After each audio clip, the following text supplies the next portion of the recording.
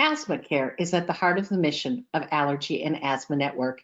We work daily to end the needless death and suffering due to asthma, allergies, and related conditions through a four-pronged approach of outreach, education, advocacy, and research. My name is Sally Schessler, and I am Director of Education for Allergy and Asthma Network. Before coming to the network, I had over 25 years of experience in school nursing, and I'm proud to be an asthma educator. So this topic is something near and dear to my heart. Today, we're going to be exploring how to increase your mastery and confidence level in asthma care. We are joined by Dr. Michael Bowman. Dr. Bowman is a retired pediatric pulmonologist who finished his work at the Medical University of South Carolina in 2016. He came to MUSC in 2000 to establish the Children's Lung Center. Always an academic physician, he has excelled in patient care, teaching, and research, and is now a professor emeritus at MUSC. His recent clinical focus has been asthma, especially in the underserved and solving challenges for schools. Now retired, he's a member of the board of directors of Allergy and Asthma Network, where he focuses on teaching, advocacy, and working to improve care among minorities. Dr. Bowman, we're so pleased to have you with us today, and we look forward to hearing what you have to say. Great. Thank you very much, Sally. It's a great pleasure to be here. As a dutiful speaker, I need to give you my disclosures, which are nondescript in terms of relating to this topic. It is worth noting that multiple commonly used asthma medications are often used in children off-label, and that can become an issue. So we'll identify any time that medications are off-label or carry warnings that we need to make you aware of. Our learning objectives today are to outline the pathobiology and clinical manifestations of asthma and the role of triggers. And trigger impact is a major difference with asthma compared to other chronic diseases. So we'll get into that a fair amount. Also describe the current evidence-based approaches to management and trigger reduction. We'll talk about identifying effective communication patterns, because teaching patients, parents, and caregivers is so crucial to our success in caring for folks with asthma. Sorry about that. Just click on the big slide. There, got it. Anyway, we'll also identify patients with severe asthma and outline their special needs for therapy. So the asthma burden is immense, as you well know. It's the most common chronic disease and can be fatal. It takes up something on the order of 14 million pre-COVID school days and 14 million work days lost each year in the United States. There are seasonal upticks. The annual asthma return to school flare happens every year throughout the country. And effective control really requires a team of caregivers. And we recognize that our audience today come from all members of those teams. Prevention is cheaper than acute care, and that's what we seek to work on.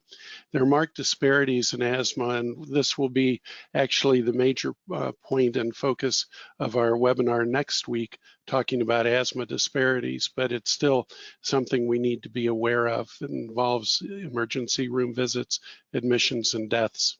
There are multiple social factors that make asthma more difficult to control, and we have to recognize these and address them. And then overall, asthma is estimated to cost something over $80 billion a year, which is just mind-blowing. Maybe not in the trillions, but it's a lot. Why is this worth talking about? The key factors include fragmented care and using rescue only. And I give you this article from New England Journal in 2007 because it does a wonderful description of how patients actually die of asthma in this century. The overall incidence in 1980 was about 5%.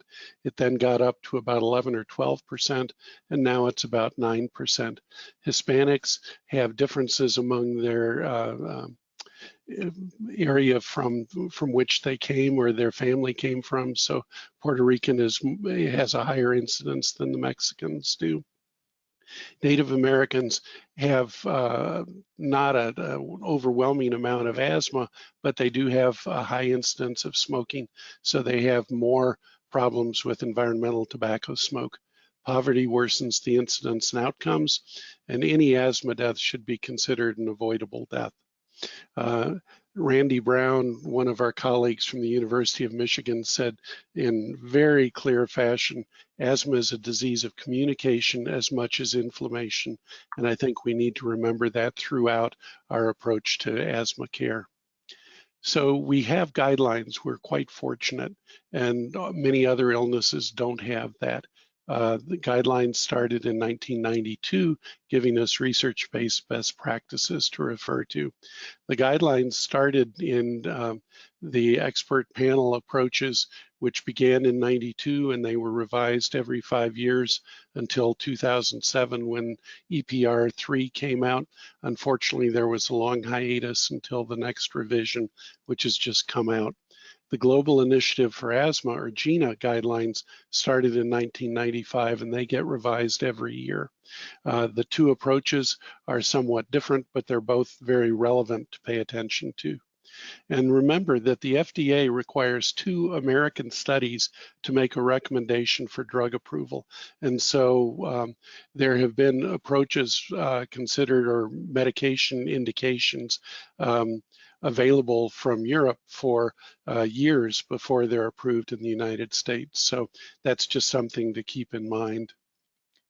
The current asthma incidence from 2018, looking at children 17 or under, comparing 2016 to 2018, across the board it was 8.4%, now it's 7.5%. Among whites, it's slightly lower than that, but among blacks, it's much higher than that. And you can see almost double the incidence of asthma is what the Black population faces. Among Hispanics, there's not a huge increase in numbers unless you happen to be of Puerto Rican descent. Native Americans have a sizable increase, and that has gone down. I don't know why it decreased in just 2 years from 16% down to 10%, but it's something to be cheered about. Asians have a lower incidence in spite of their tendency for smoking. Black, white, biracial are more in the Black community area. And then when you look at poverty, it turns out that poverty raises the incidence, and when you're not poor, it cuts the incidence by at least 1/3. So these are just things to keep in mind when we're looking at the needs of our patients in general. Now, there's still the asthma underworld, and I like to use this because there's the problem of underdiagnosis, undertreatment, and under-referral to asthma specialists. And by that, I mean, it's very common for folks to say, oh, it's just another cold, or he's just shy, meaning a youngster who doesn't like to play hard. Those can be reasons to say, no, it's not asthma. Or they'll say, oh, you know, she's in daycare or siblings in daycare, so they catch everything. And these are partial truths, but they lead to missing the diagnosis of asthma. In terms of treatment, we have folks who say, oh, the albuterol worked really well, or they'll say, I don't want him on so many drugs. And those may lead to the family not using the drugs that we recommend.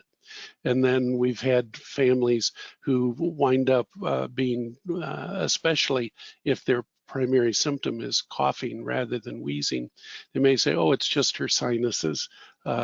Or they'll say the prednisone we're using works really well. When I was getting new patients, it was not uncommon to have a patient have 6 courses of prednisone in the previous year, or to have a common cold be treated automatically with antibiotics and prednisone in addition to the albuterol because they always lasted 2 weeks. So what is asthma? It's a syndrome. It's not a specific condition, but going back to basics, it's recurrent reactive airway obstructive disease. So this means that the patient has to show appropriate symptoms repeatedly. And there is concern over when is it just another cold and post-viral wheezing versus asthma.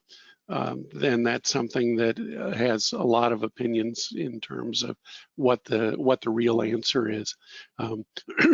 Patients have to respond at some time to bronchodilator therapy. That may be historic, or it may be something that you can take on. And they need to show symptoms or evidence of airway obstruction. Common ones are wheezing, coughing, shortness of breath or dyspnea, and spirometry with a change and improvement after bronchodilator inhalation. And in order to really know what's going on, the patient has to be adherent to the prescribed therapy, and they need to report their response to us. So the asthma syndrome has now multiple phenotypes and endotypes. The symptoms may overlap, but the pathology and molecular mechanisms vary a lot. And this is an evolving area that probably over the next 5 or 10 years is going to get much more complicated. And the clinical variation or impact is going to differ from one area of specialty to another. The more detailed the understanding is, the better the chance for effective individualized therapy. But this is stuff that not every single asthma caregiver or educator has to know in and out all the way around. Genes plus exposures plus management equal the clinical syndrome or the clinical scenario that we see. So everything plays a role. Phenotypes are the observed abnormalities, and endotypes are the mechanisms that cause the symptoms. And this article that I give the reference to at the bottom, I really encourage you to go over that as a very good review for this area. It's new and evolving, and endotype mechanisms are what cause the expression. So we have Th2 lymphocyte eosinophilic focused cells mediating the problems. And then we have non-Th2 or non-eosinophilic syndromes. The phenotype, the clinical expression among the eosinophilic ones, the early ones that are currently categorized are early atopic, late onset, and aspirin triggered. The non-eosinophilic ones are non-atopic, smokers, obesity related, and among the elderly. So those are what are described currently, and the treatment is evolving. So there are biological mechanisms that are currently being increasingly recognized, and this all gives us the possibility in the future of having personalized medicine, of matching treatment to the specific mechanism, and that is rapidly changing month by month. The asthma symptoms, there are extrinsic ones that are observable. As you well know, there's noisy breathing, which includes coughing or wheezing. There's respiratory distress. It may be pursed lip breathing. It may be inability talking. There's exercise tolerance, and in that situation, a youngster may not play or symptoms appear with exercise. I don't plan to talk about what we call EIB or exercise-induced bronchospasm because I think there are two areas and it takes up a pretty fair amount of discussion to approach that. I think of exercise-induced bronchospasm as when someone goes skiing in February and they wind up getting major problems from cold, dry air. But exercise can certainly be a trigger for garden variety asthma, at least among kids. The intrinsic symptoms that are felt by the patient include chest tightness. I can't breathe. There's an elephant sitting on my chest. I can't get the air out. And a helpful question is, are the problems you're feeling getting air in or getting air out? And for asthma, uniformly, they'll say, I can't get air out and I whistle when I breathe, and it's a long exhalation. There may be reduced comfort and enjoyment of exercise. That can be a major problem, especially for kids. In terms of physical examination, you want to know, is this patient symptomatic at the time? And airflow is crucial and needs to be adequate, and it should be symmetrical. If you have a localized reduction in airflow, that can be a mucus plug, it can be a foreign body aspiration. There are lots of things that can cause problems, so you need to be discreet in how you do the physical exam. And then cough, wheeze, hyperinflation, and allergic manifestations may also be there. Many times these symptoms overlap what a child has as a cold, and they're not exactly the same every time they happen, but a lot of times families can tell you what an asthma attack looks like or sounds like and how that compares to allergies every spring and that sort of thing. So accurate diagnosis is the key feature in all of this.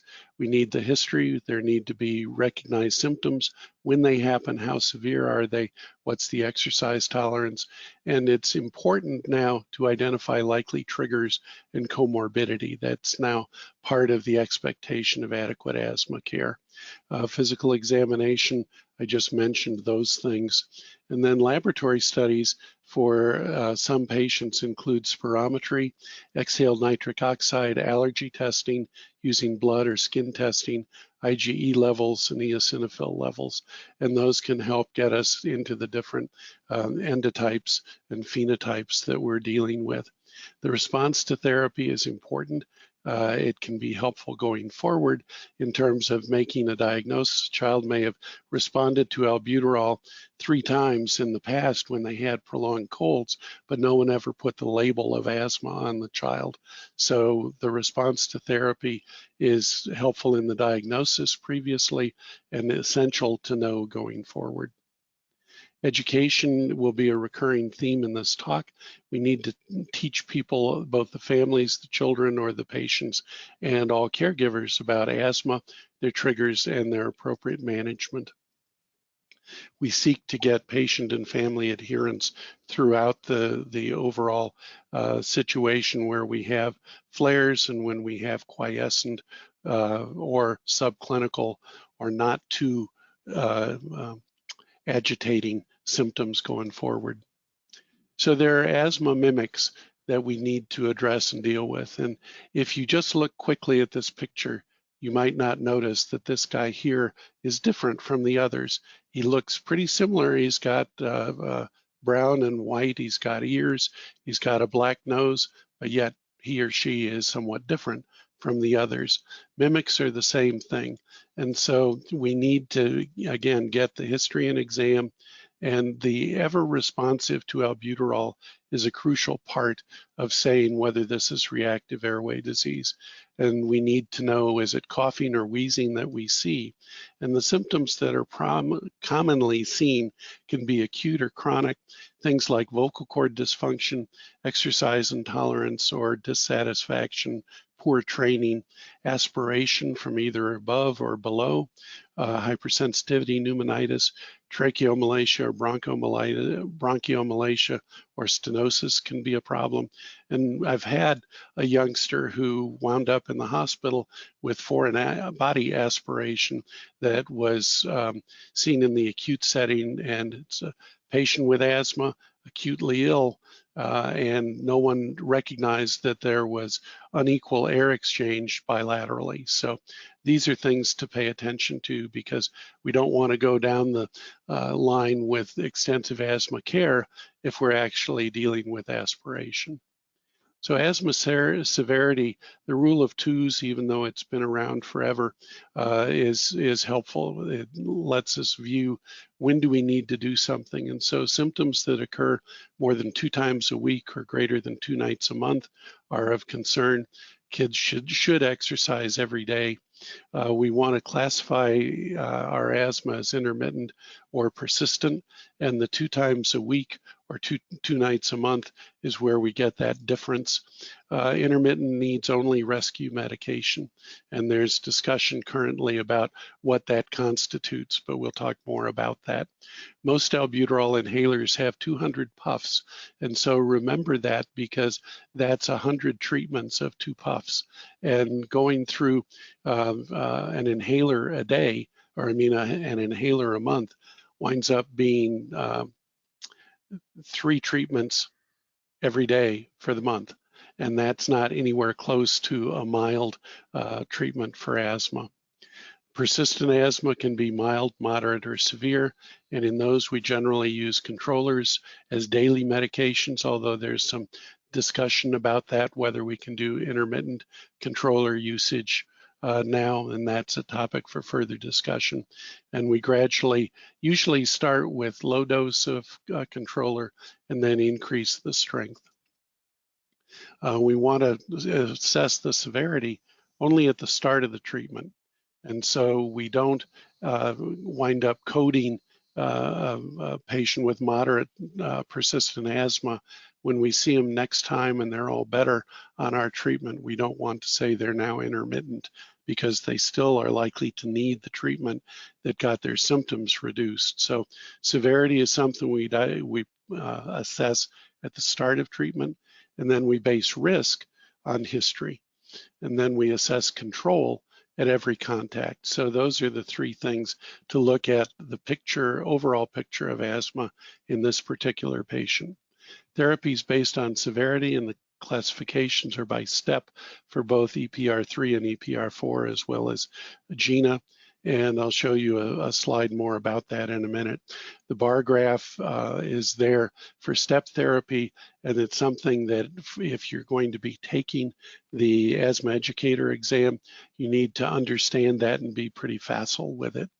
Always use rescue and then consider adding controller when the symptoms show that you've gotten to persistent asthma. In general, we want to treat for 2 to 4 weeks when we're starting, and then reevaluate. Then we adjust the treatment up or down as needed, and education's crucial at every visit. The goals are to get excellent symptom control on minimum therapy, and changes are usually made every 1 to 4 months in follow-up. So we expect to see patients routinely during the year, not just annually. And we need to, along with adjusting the treatment, we need to remove or minimize trigger impact. We need to recognize seasonalities and school problems, and we need to treat comorbidities. So this is one of the tables, one of the bar graphs from the current GINA guidelines, and they have them for adults and adolescents, for children, for the ER, for the clinic, and they generally go from as needed, low dose rescue, and the new recommendation by GINA and the revised EPR4 is to use inhaled steroids and formoterol, and then gradually increase the amount of controller therapy that we use. This would take another whole hour to talk about, so I'll leave that for you to read, but it's something you should pay attention to. Comorbidities that can make asthma worse. Allergy symptoms are there.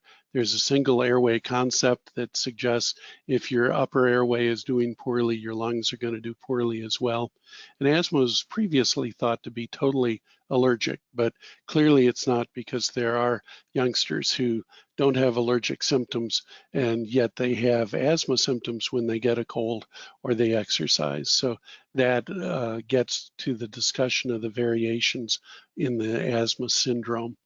GE reflux plus or minus aspiration can lead to nighttime symptoms. So anytime that you have a patient who has nighttime symptoms, look to see, do they have reflux? Do they have heartburn? Do they have dragon breath in the morning? Do they have mucousy cough? Do they taste what they ate previously? All those things are considerations. Obesity can lead to a vicious circle of exercise intolerance. And so it's never clear if someone has obesity and they can't exercise, or if they have asthma and can't exercise, do they become obese? And so that's a major health issue now, as you well know, for American society. Tobacco smoke exposure can be a problem, and we need to recognize that in all settings of care and pay attention to that. Non-adherence is a major problem, and families have many things on their mind, and so it's crucial to get them to believe that they can make a difference in the child's asthma or the patient's asthma outcomes by following the instructions and give the care that was recommended. So we have triggers. We need to pay attention to the allergic triggers. Generally, nose, skin, eyes, and lungs. Assess the child in the home and the school, looking for trees, pet dander, dust mites. I always tell folks that you may have asthma and you may have a dog, but they may be unrelated. And so I will tell families that I'm willing to be the bad guy. If you want to get rid of the dog, I'm willing to prescribe it. But unless we know by testing that the dog dander is a sensitizer, then you don't necessarily have to get rid of the dog.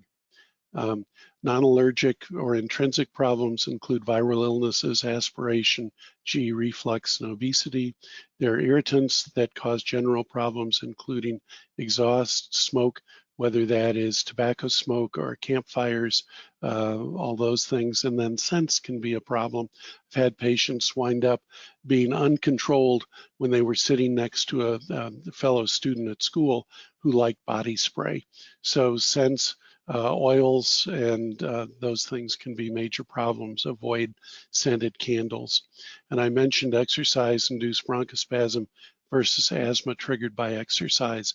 I think that asthma triggered by exercise is not recognized enough, and therefore we wind up finding that using controller treatment in general may markedly improve overall asthma symptoms rather than just giving albuterol prior to PE or recess. Kids should generally not get albuterol before recess or PE.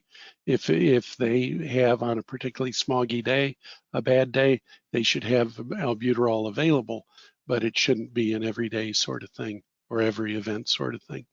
And we should expect normal exercise and sports from our patients. So in terms of recognizing the triggers, look at the history. When do they occur? What else is going on? In terms of testing for allergen responses, IgE blood testing can be total IgE and then specific for various allergens. Skin testing, eosinophil levels can be helpful. Irritant exposures, do they affect the child? How vigorous is the school at preventing buses from idling on school property, that sort of thing. And then what happens when they play hard exercise? And has albuterol reduced or prevented the symptoms? So if there's a question, first, if they have symptoms while playing, give them albuterol and see if they feel better. And then next time when they're going to do the same thing, give them albuterol beforehand and see if that makes the exercise more acceptable. Colds, symptoms, duration, and treatments given. It's important to realize that colds, normal viral illnesses should not be 2-week events. They should be 5 days, 3 days, maybe 7 days, but they shouldn't be 2-week-long things. A lot of times when someone comes from a primary care person, will find that they've been getting lots of treatment for every cold, and the family says, oh, the colds hit her hard. And then nocturnal symptoms are another thing to pay attention to. We need the parental understanding. Many of our patients, the families, don't understand that asthma can be modified and that they recognize that future gains are possible by doing what you say today. Everyone has their own set of triggers, and we need to identify those as we're providing comprehensive care. Many of them are environmental, and so they need to pay attention, and then there are the intrinsic ones we've mentioned. Reducing exposures are important, and exposures can overwhelm the best treatment plans that you might come up with. And so treatment works the best, and we get to the minimum amount of treatment, both in numbers and dosage of steroids, with trigger reduction and treatment of comorbidities. So allergic recognition, everybody with persistent asthma or standout historic features of allergies should get tested. So they need to know what's going on, and the skin testing and immunocap IgE testing can be used, and we need to avoid whatever we find there.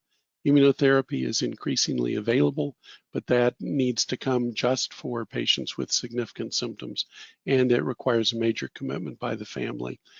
Getting shots every 1 or 2 weeks for a year or 3 years is a major big deal. So that needs to be a buy-in. It's not just a couple of times and we're done with it. Also, some children have major needle phobia, and so the family may not recognize that as much as they should. Treatment of upper airway disease symptoms can make a difference in the expression of lungs, and we have the role of consultants, either an allergist or pulmonologist. Each primary care person has kind of their own dividing line. In my practice, it was very often when we got to the point of triggers, controllers, that patients would refer, and others would do it when we got to the question of allergy shots. They would refer at that point. So it depends on the competence and confidence of the primary care provider. In terms of asthma risk, we are wondering how likely is an adverse outcome. It's based on history, and higher risks suggest need for stronger treatment and looking hard for triggers to reduce. Hospitalizations, intubations, and steroid courses are major issues, things that need to be paid attention to. And if we can get them actually taking adequate controller treatment, and we wind up getting the triggers and the comorbidities taken care of, we'll see a marked change. Remember that as many as 15 to 20% of patients with asthma may not be able to perceive dyspnea. They may not know that they're sick. And so when you have that sort of patient, that's a patient who can be helped a lot by having a peak flow monitor or a portable spirometer with them to help when something is going on or they're making a funny noise. They don't have the same I can't breathe feeling that others may have. So what are some of the influences that we need to pay attention to? Parental understanding is crucial. And at least with the patients I wind up seeing or saw when I was in practice, they often didn't think that asthma was a modifiable disease. They really didn't know that taking something today as a controller would make a difference in future outcome. And the only relevant clinical thing that I could come up with was face medicine. That was something they were experienced with, and they knew that if you take face medicine this week, you may not have an acne breakout next week. And so what I tell people is we don't want the lungs to break out next week, so you need to be taking these daily medicines. Treatments are effective and available. We're trying to refine them into personal medicine motifs, but generally they're workable. Treatments in the patient, do they actually get in? Do they know how to use the devices? One of my colleagues had a summer camp 2 summers ago, and with the 50 patients who came from his clinic, all 50 could not use their inhaler correctly at the start of camp. At the end of the week, they all did it perfectly, but the understanding of how to use the devices disappears quickly. I tell people all the time that no one would try to coach football or cheerleading with just written instructions. And I think that asthma device usage is the same thing we need to teach and demonstrate. Parents need to know this is not a cold, and they need to know that chronic treatments are necessary, and you add in acute care when the symptoms require it. Patient supervision is another thing that's important, and to realize that often, especially in inner city populations, self-care may come earlier than it does in folks in the suburbs. And so we need to know who's looking after the child to make sure that evening dose gets taken if we've prescribed a twice-a-day controller. And often caregivers like after school, people at school, grandparents, the alternative spouse or partner in a fragmented home, they haven't been to clinic. And so the person who's been to clinic is the best possible in terms of what you're going to get in device usage, both when to do it and how to do it. Asthma control assessment, you want to ask how things have been going. How are the symptoms? Are we doing good exercise? Does our exercise ever get turned down? And what are our peak flows if we're using that monitoring? What medications have been used? Are we adherent with controller?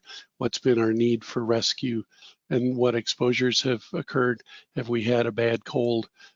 Did we have an intense sports activity or camp, were we with a parent, an alternative parent, a non-custodial parent who smokes? Did we go to the county fair, or were we at a hayride or something like that? We utilize the asthma control test, and even if we've been seeing haven't seen the patient for 4 to 6 months, the recall only lasts for a month if we're lucky. So I'll show you that in just a second, but we can only get a gauge on what's been going on for the last month. And we increase meds if we're not doing well. And if we've been doing well for greater than 3 months, or you may choose 6 months, then it may be the time to try to decrease the controller usage or dosage. And then, of course, as always, reteach device usage. So the asthma control test comes in 2 forms. It's the one for 4 to 11-year-olds here, and that has 4 questions that the child answers, 3 questions that the adult answers, and then the 12 years and older is 5 questions that the patient themselves answer. And they're about how bad has your asthma been in the last month. And one of the things that we saw a lot in families in this area was that the youngster would say they've had a lot of exercise triggered symptoms, and the parent would say, "You never told me that," and the child would say, "You never asked." And so this can be a very effective educational tool for the parent to learn what's been going on with a child. And I strongly urge, when you use this, do have the child fill out their 4 questions for their answers. Tobacco effects are important. It's becoming less of an issue as we get better tobacco control, but it's still out there, and it's an irritant, not an allergy. So all environments need to be kept smoke-free. That means, as I said, the grandparents, alternate parents. 1-800-QUIT-NOW are the quit lines across the country. They're important to utilize. Prenatal smoke exposure causes a lot of problems for youngsters that I won't go into now, but they make asthma worse, and they can be a major problem. And I remind people that having a smoking room in a house is like having a peeing section in a swimming pool. The smoke doesn't know where to stay. We want to have the smokers totally away from the child. We want them smoking outside, never in the car, even if the child isn't in there. It's nice to get them to change clothes after smoking, but frequently that's just too much. So I don't always demand that, but they do need to smoke outside. It's important to realize that it takes 3 hours for the smoke from one cigarette to clear from a room. E-cigarettes seem to be showing that they are problematic, but the exact comparison hasn't been completed yet. I would urge parents to quit as a New Year's resolution or a Christmas or a Hanukkah gift to each other. And family support is always crucial for success because the environment is important in smokers continuing. And again, 1-800-QUIT-NOW is the key line to know. Also, because of early youth smoking, I always told all my patients who are 13 or older to take rescue inhaler with them when they go out, because even though their close friends don't smoke, they may be around folks who do smoke. And so you don't want them to be in a place on a weekend when they've started going out and socializing where they get caught in a smoky environment. So just need to put the inhaler in their pocket or purse or backpack or whatever. So the therapeutic approach education is key. We need to teach them about the disease as well as the treatment, and we need to be sure that they understand. You need to be familiar with the Health Literacy Universal Precautions Toolkit, and then one of the references at the end of this talk gets you there. But it explains ways to be really effective, not using jargon and lingo that the family doesn't understand, because they may well not say, "Hey, wait a minute, what are you talking about?" So there are approaches that you can use because they've really got to be able to understand what you're talking about. And the goals we're seeking are patient and family understanding. And when you get to the point of pre-teens or almost teens, it's worth talking to them with the family on the side so that the patient knows it's their condition. They're the ones who have to take control of it. We want them to have normal daily function. We want minimum symptoms even when they're exposed to trigger. They need to be able to get through being around a campfire or someone who's smoking without their lungs going totally crazy. It needs to have minimal intrusion on the patient and family as best we can arrange. We want minimal costs and minimal medication side effects. So these are not rocket science, but they're things that we're focusing on, and the families need to know that these are the things we're looking for. The needed actions include the correct diagnosis and assessment. We need to know the severity and triggers. Effective education, I've mentioned. We need to assemble the needed asthma team because the doctor nowadays with 17 minutes per patient visit can't talk about development and behavior and all of those things and school forms and such. And so very often we need to identify a nurse or a respiratory therapist to assess wherever it's possible to educate the patient and the family as to what asthma care means. We need appropriate chronic therapy and we need to adjust that as needed.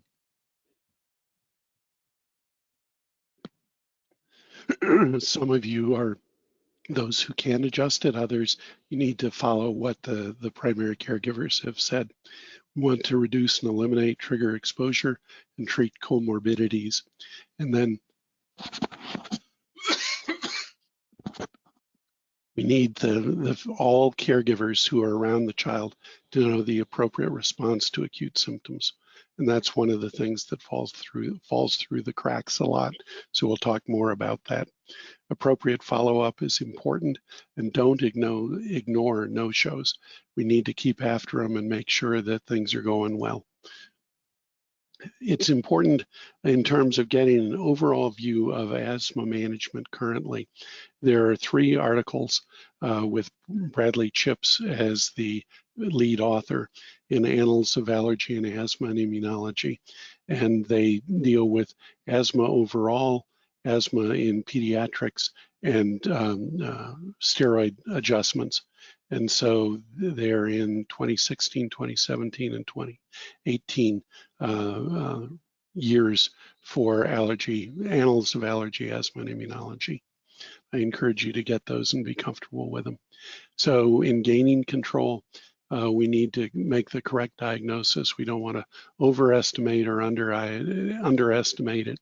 Assess the severity, assess triggers, educate, prescribe appropriate medications and environmental control. And we need to use asthma action plans. We'll talk more about that in a second. We need to enlist schools and other needed community resources for services. We need to get the eyes and ears of the folks at school to assist us in knowing how the child is doing. And then at follow-up, we need to assess control and adherence, including correct device usage. So in terms of asthma therapy, as most of you or all of you know, relief and rescue includes bronchodilation, short-acting beta agonist, and now there are new recommendations that should include a steroid as well. Control medications are anti-inflammatory, generally inhaled corticosteroids, and then the combination of ICS and long-acting beta agonist, LABA, are important control medications, and they're now also suggested in the treatment of acute flares. There are anticholinergic and anti-leukotrienes that can be added if need be. In terms of rescue therapy, we treat for symptoms. Most commonly, we start with albuterol, 2 puffs as needed, but the problem is how often are they needed, and the action plan may not be very aggressive in that. The new recommendations you need to be comfortable with, but these recommendations, we don't know how quickly they will be implemented in the states. And so we have no idea how quickly they might appear on the Asthma Educator exam, but it's something to pay close attention to. We don't know how quickly payers will accept it, so how quickly we'll actually be seeing it, I don't know, and that probably will vary markedly across the country. These changes challenge the classical asthma categories that we've seen. So controller therapy is evolving. It's been a persistent daily medication. And the symptoms need to be severe, as you know, or risky to warrant asking a family and patient to do 7 to 14 treatments a week for months on end. So it's natural to expect that they're not going to do that, or it's going to be, you'll need to be convincing. Kids should play hard every day, yet many parents restrict them from play. They'll go to school and say, my child has asthma, they shouldn't be out at recess. So that we need to change. We need to convince the family that if you're diagnosing and treating them for persistent asthma, they have to take their daily medicine, even if they aren't sick. And generally, the controllers don't give any sensation on inhalation compared to the SABAs, where you do feel a little bit of a buzz. So we need to repeatedly remind them that we know it's doing what it's supposed to if you're staying well, even if you don't feel anything. And it's important to know that virtually every study out of many, many ones show that 3 canisters per year, where the canisters are supposed to be changed out once a month, 3 canisters a year is average for virtually every controller. Occasionally it'll be up to 3.9, but virtually every medication as a controller that's been looked at, there is a markedly poor compliance number. And the strength of treatment that we can adjust includes the medication we use, the dose of it, and the frequency. Biologics are a new area that I'm just going to allude to. They're considered only for severe uncontrolled asthma, and they're monoclonal antibodies which target molecules or mediators in the pathologic chain of triggers on the way from the trigger to symptoms. So they're very specific. They all currently, those that are approved, need to be injected, some subcutaneously, some intravenous. The mediator molecules may affect more than airways, so we see advertisements for eczema treatment for some of the same biologics you might be considering for a patient with asthma. And the effectiveness depends on accurate categorization of the patient and the dosing and trigger exposure and getting to the right molecular mechanism for that patient's asthma. The duration of need is currently unknown. We don't know if using them will make the asthma better so that after a year or 2 or 3, people can totally stop, or if they need to continue. And coverage by payers may turn out to be very problematic. This is a useful article that's a good summary that you might want to go to for looking at an overall summary of where we stand currently with biologics. You'll recognize some of the names, and there are some that are still in the pipeline and many more approaching the pipeline. Devices, you know, but I wanted to review them. Nebulizers can be used at home and often in emergency departments. They were viewed as potential spreaders of COVID early on, and so I don't think we see them as often as we used to in emergency departments. Meter dose inhalers, or MDIs, the common ones. They have controllers as well as rescue, and they're generally used with spacers up to early teenage years. Dry powder inhalers are the powder that uses the force of the inhalation to get the particles down small enough to be respirable. So they can be inhaled steroids, combination meds, and even rescue meds. Age and understanding are crucial in terms of who can use a dry powder. There are pros and cons of caution for each, which you should be comfortable with. And self-carry permission for rescue medicine at school has pros and cons. We frequently find that we really want a patient to stay on nurse office treatments rather than self-carry a little bit longer, like up to age 8 or 9, whereas the parent may think that their 6-year-old is perfectly fine doing it. The technique for using this must be taught and retaught yet again. Why use a spacer with an inhaler? This study showed that an inhaler alone with radionuclide marked inhalation had very little deposition.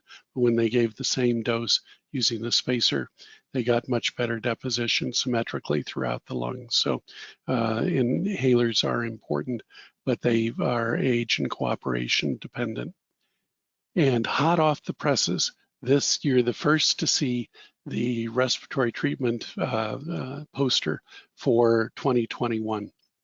It just got to me yesterday, thanks to Sally and her agitation with the folks at AAN, but they are now available and you can request them. It's important to recognize short-acting beta agonists, long-acting inhaled steroids, combination meds, muscarinic antagonists, and anticholinergics combinations, biologics as they stand currently. Bronchial thermoplasty we're not going to talk about today, and it's worth knowing that that has been something that was not really approved or supported in the EPR4 guidelines that have just been released, and then prostaglandin inhibitors. So I urge you to get this and have it in every one of your exam rooms or situations where you see patients so that you can tell what the red inhaler actually is, and especially that you can point out where the dose counters are. Because I tell families that, especially with teens or preteens, that the parent can't nag every day, but they should be looking at the dose counter every week. And that if the dose counter shows an insufficient number of doses taken, they are fully within their rights to take away the cell phone for an equal number of days. I would be dead many times over if looks could kill from my teen patients when I've told a parent that.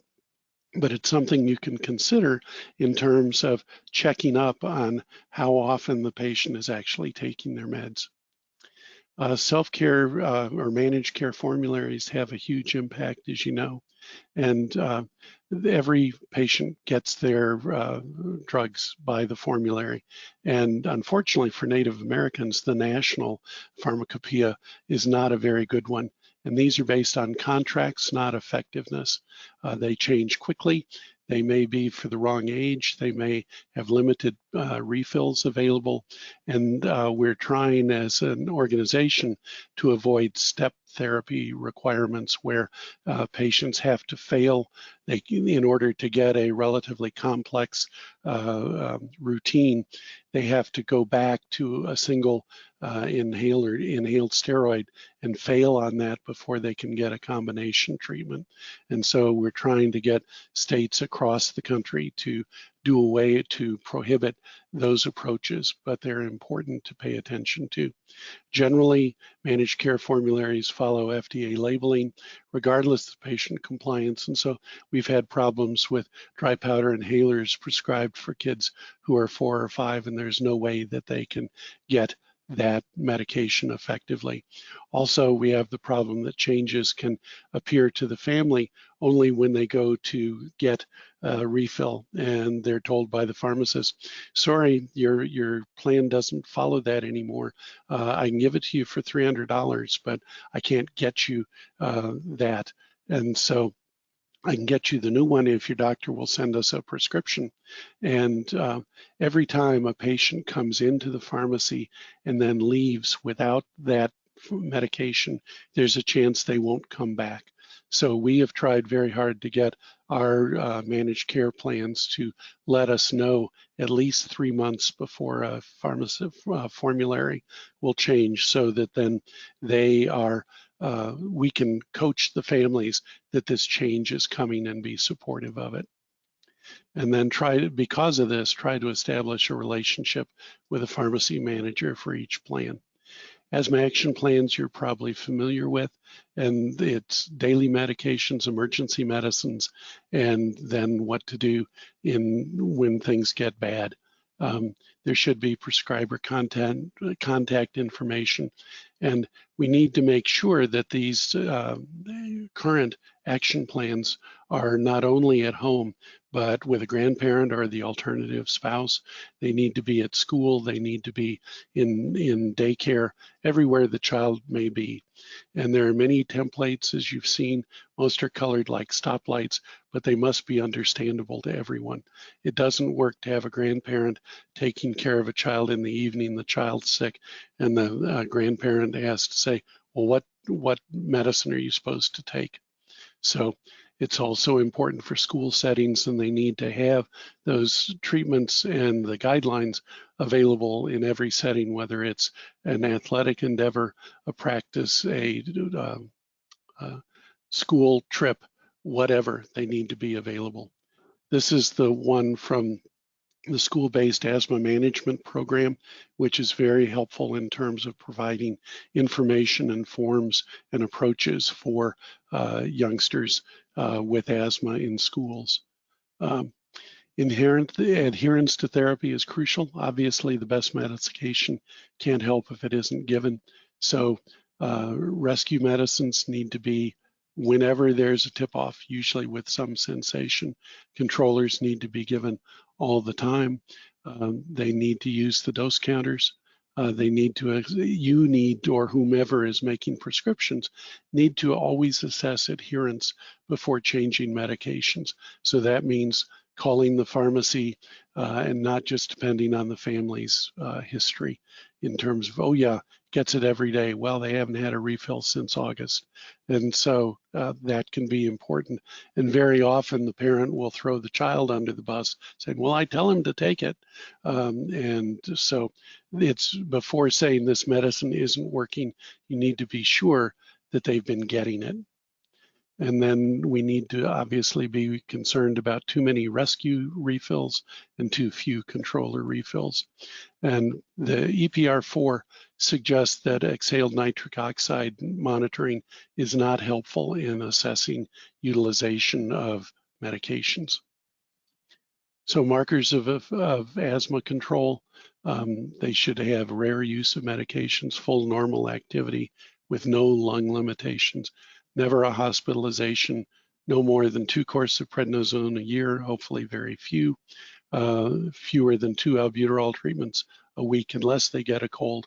I tell families they can get 2 or 3 or 4 treatments a day for 3 or 5 days if they get a cold. But by and large, they should be getting very few treatments a week. They should have virtually no nighttime symptoms, and hopefully the family has done well getting rid of trigger exposures. Viral illnesses should be brief, as I mentioned before, and they should be controlling their reflux or their upper airway obstruction. There should be normal spirometry. If you're a setting where you do spirometry, it should be normal, and there should be no bronchodilator response. This is not generally recommended. People just forget about it, but if someone comes in for a routine evaluation and they have a 15% improvement in bronchodilate in their FEV1 after taking a bronchodilator, that means they walked in the door, no symptoms, with partial airway collapse or bronchoconstriction. So my feeling is that if you really have effective control, they should have normal spirometry and no bronchodilator response. Speaking of PFTs, the goal is to get objective measures of airflow rates and volumes. They can be helpful for all types of lung disease, and they require age understanding and cooperation in order to be effective. The airflow rate is a marker of airway diameter, and the volumes show lung size. So the flow rates show airway diameter, and the volumes show size.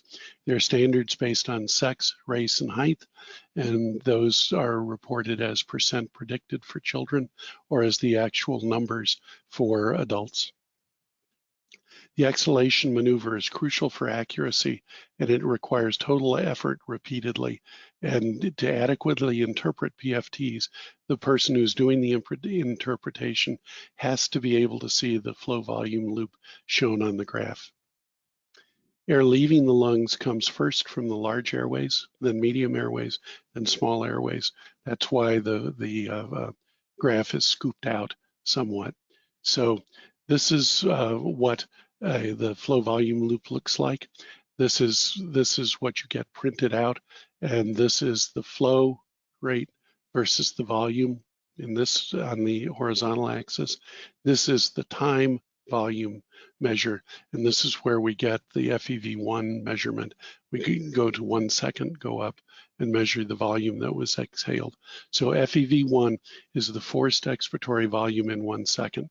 And to find that on this, you go from this number, go over here and mark it down. So in someone who has airway obstruction, the FEV1 may in fact be a low one, as we'll show you in a minute.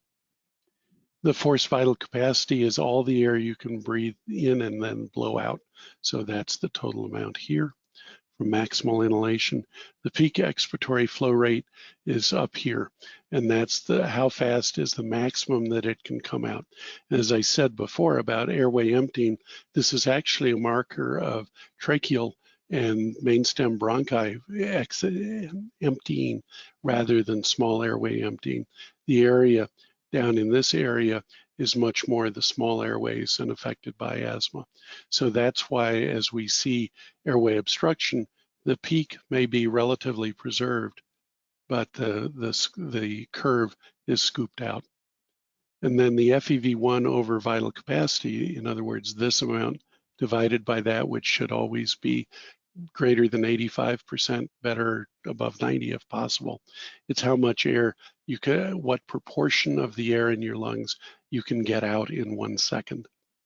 So the response to bronchodilators can be very helpful. And so you wind up performing baseline spirometry and then inhale standard albuterol and then repeat the spirometry. And a positive bronchodilator response is at least a 12% improvement in FEV1. And that measures the degree of airway constriction. We'd like to have handheld portable spirometers to be able to see what's going on the field of play or wherever symptoms appear. If someone, an adult, has problems at the office, it would be nice to be able to use the peak flow or the FEV1 as far as what's going on there. And it is very, very important in terms of measuring exercise intolerance. It's also possible, as you probably know, to do a more formal exercise intolerance test in the PFT lab and look for a decrease in FEV1 when you get up to a certain degree of exercise. It's also possible, but not nearly as common, to do a inhalation of a general trigger of bronchospasm and see whether someone responds or not. So the flow volume loops and percent predicted. Just a couple more minutes if we're going to have any time for questions. Okay. Report the data depends on the device used. And so we wind up having this sort of a picture. And here we have, this is closer to normal, and this is one with bronchospasm. And then this is one with poor effort. It's flattened, and then cough, and then they stop blowing too soon. So exercise is important, as I mentioned before. There should be no limitations, and one of the things that we need to do is encourage folks. And so many star athletes have asthma. So Michael Phelps, David Beckham, Jackie Joyner-Kersee, Von Miller, always have a list handy so you can encourage your youngsters who have exercise triggers. Dealing with asthma flares, they primarily need to follow their asthma action plans, and those need to be around wherever they needed to go. You need, in terms of being a caregiver, what triggered the flare, and try to figure out how to minimize that exposure. The GINA guidelines say now to use budesonide for formoterol, long-acting beta agonist, for the beginning of treatment of a flare. And then we repeat the treatment, whether it's an hour or 4 hours or 6 hours, when the symptoms reappear. And then obviously call the doctor for information or call paramedics. Home visitation can be extremely important. One of the things to remember is that families are often wary of visitors, so we need to coach them. And there are a couple of good websites for you to go to in terms of home visitation. And you can even do a Skype call with a family walking around with their phone, showing you what the house looks like. So barriers to effective control include things you would expect: poor education, they don't get to their providers, they may have inner city life with poverty and fragmentation of care, they may have limited health literacy understanding and lack of follow-up. So we want frequent symptoms. I mentioned 200 puffs per inhaler. These are things to tell us that the youngster or the patient is not doing well, they're not under good control. And so in that setting, we need to increase the regular follow-up. Hard to control asthma is caused by non-adherence, persistence of triggers, or non-identification, confusion, which may come from multiple providers. And that gets to Dr. Brown's comment about communication as well as inflammation, inability of the patient to perceive dyspnea, making the incorrect diagnosis. Oh, it's asthma, or no, it's not asthma. Insufficient medications are picked up. Poor technique are all major issues, and each patient has a different cause. So always assess the use. Severe asthma, frequent flares can be life-threatening. Poor symptom control. These patients need to be followed by an asthma specialist. Consider remote monitoring, those things such as reminders of appointments, reminders of medication, peak flow on the go, those sorts of things. We want to make sure that the family is adherent to the treatment plan. And when you have severe asthma, in spite of compliance, you have to go beyond normal asthma treatments. And so that's where the biologics come in. And we want to know in patient and family-centered care, what do they recognize? What do they worry about? And then it's important to remember that asthma deaths come from all severity classifications. So it is not just the severe patient with, or the patient with severe asthma who has the risk for death. Patients with intermittent asthma can die as well. So GINA guidelines are there. They changed the recommendation for rescue. The 2020 has GINA, has information and recommendations for COVID-19. EPR4 guidelines, the EPR3 started in 2007, and this is the article from 2020 that is shows what the EPR4 recommendations are. They address 6 questions, 4 were revisions and 2 were new topics. It's important to realize that this revision only went to November of 2018. So stuff that appeared in the literature after that were not part of this comprehensive review. And so the assessments included indoor allergen mitigation, intermittent inhaled steroid use, immunotherapy, exhaled nitric oxide, long-acting muscarinic use, and bronchial thermoplasty. In addition to this article in JACI, there are several relevant articles and editorials right next to it. So this is what we said at the beginning we were going to talk about. Did we achieve them? And so put into your questions any things that I didn't cover well enough, and let us know how we can improve. And my email was at the beginning of the talk. I'm very happy to be emailed with questions after this discussion. So it's important to realize that this is intended to help members of the audience improve their asthma care.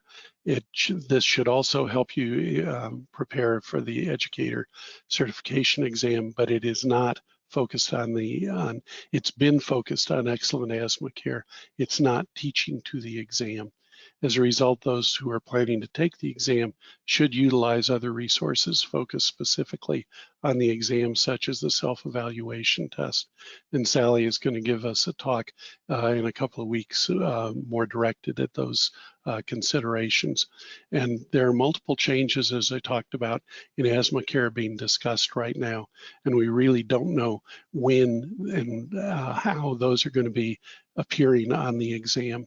In general, the rule for the exam is that if it's been in practice, in clinical practice for over a year, it's fair game for the exam.